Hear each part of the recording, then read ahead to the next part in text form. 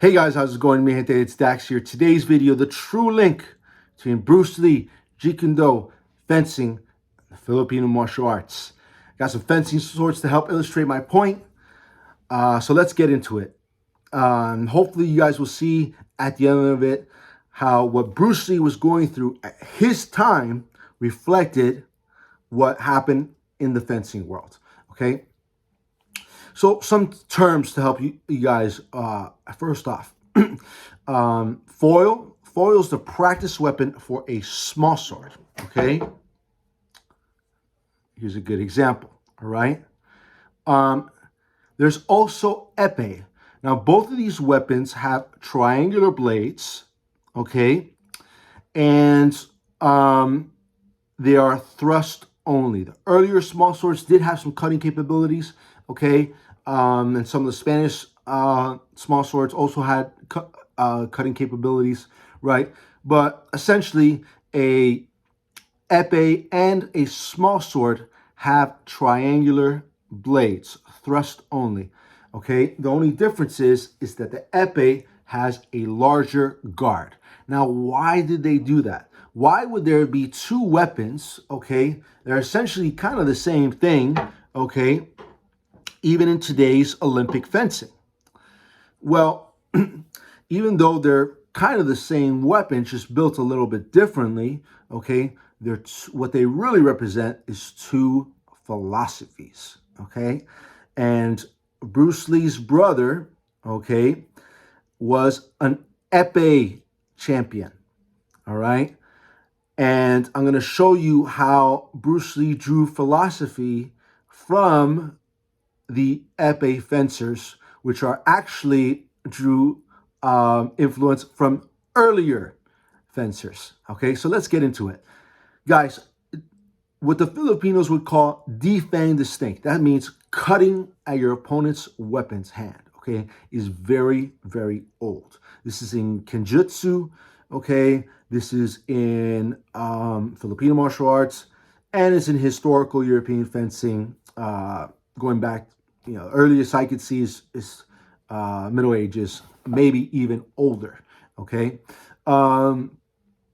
However, thrusting at the hands was first recommended by Marcelli, okay? Mr. Ramon mentions Marcelli really quick in passing in the Bruce Lee interview and the JKD dialogues, but the reason why he passes over is because since he's not a JKD guy, he doesn't understand the importance, right, of the interception, right? The stop hit, right? Thrusting at the hand, right? A forward attack like an eye jab or a side kick to the knee, okay? The idea of my weapon to your nearest target, okay? The stop hit would later be recoined as the interception, okay? Which is the first thing you're supposed to do in Jeet Kune Do. Marcelli was probably the first person to recommend it, all right? Now, what happened in France, right?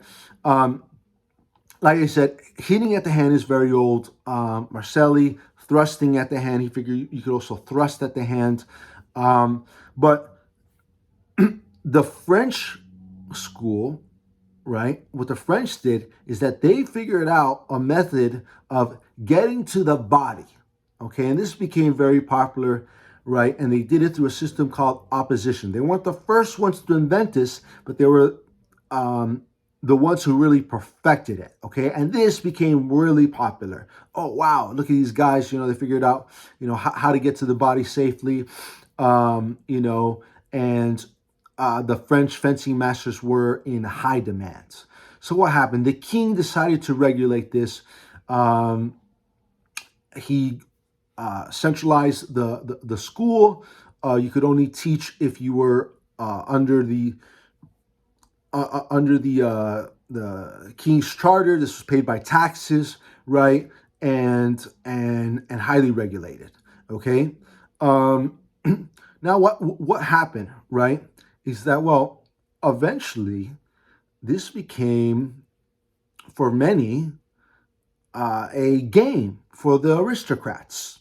Okay, and then other French fencing masters like Baron Bazincourt and Jules Jacobs start saying, look, these guys are only concentrating on hitting the body, and they're completely neglecting, right, what these earlier sword masters were saying about hitting the limbs. Okay, this is a good analogy for unarmed martial arts would be like the Gracies, okay, who had a formula which was take the guy down, pass his legs, okay, get to the body, secure dominant position, right, and then go for the submission, right? That was like the popular thing, and everybody wanted to learn Gracie Jiu-Jitsu back in the day, right? Oh, what happened, right? Not not that long back, people started saying, wait, why do we have to pass the legs? Why can't we attack the legs, which is our nearest target? So people started learning catch wrestling, and now there's world champions that have based their whole game just on leg locks, okay? So same thing started happening in France, right? People started criticizing these aristocrats, right? And they started saying, well, let's create our own thing, right? That's specialized for real dueling, for real actual fighting. Now, how does this compare to Bruce Lee and his time? If you look at any 1960s karate tournament, what were they doing? They were only striking at the body. They're not punching the head, okay? That's why Bruce Lee loved boxing more, because he considered it more realistic. Because in a real street fight, you punch in the face. If you're trying to get closer, you get eye jab while a person's coming in, you intercept them, hit him in the kneecap, right? That's how Bruce Lee drew influence and decided to call his style the non-classical style, okay? Just like the fencing masters of old who started criticizing this classical aristocratic system, right?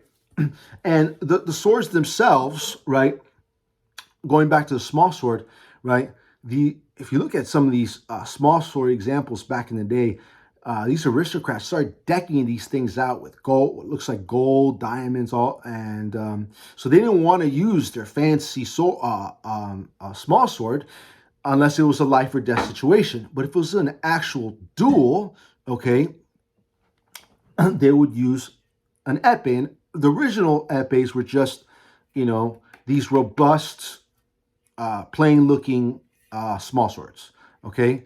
But what started happening, as they started getting better at hitting the hands, okay, they, again, drew influence from older sources, the rapier, and they started increasing the guard to have more hand protection in the duel, okay? And that's a good way of how to distinguish if you're watching Olympic fencing, right? Smaller guard is foil, and they're only hitting the body, and the larger guard, epee, full body target, right? And that's a good way to distinguish it. Now, for you JKD guys out there, if you want to learn fencing and how it relates to Jeet Kune Do, I do not recommend foil. I recommend you find the closest epee instructor, right? Or if you do have a historical fencer, right, that does teach small sword, that's nearby you, then absolutely go with a historical fencer, okay? So there you go, guys. Hopefully it makes sense.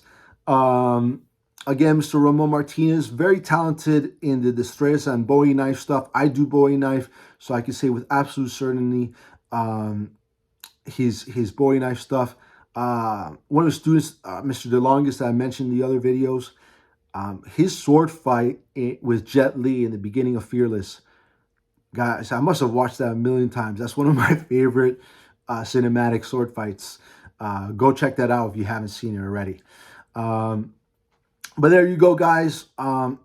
And last, Mr. Ben Miller, still running his mouth. Now he's saying that I really didn't or don't want to, make peace with the Martinez school because Mr. McDonald wrote to me and I haven't, I didn't write back to him. Okay, guys, Matthew Brooks, who's trained under Mr. Ramon, hit me up way before Mr. McDonald, and we already have a scheduled interview. We'll probably do some type of Instagram live thing, so be on the lookout for that. I like Matt. Years ago when I first met him, when we first started talking, one of the first things he said, he goes, "Dude, if we ever meet, we gotta do it." I'm like, "Yes, awesome, dude. That's what I'm talking about." So, cheers to you, Matt. I'm sure he'll watch the video, and I'll see you guys soon. If you guys have any questions, hit me up, and cuídate.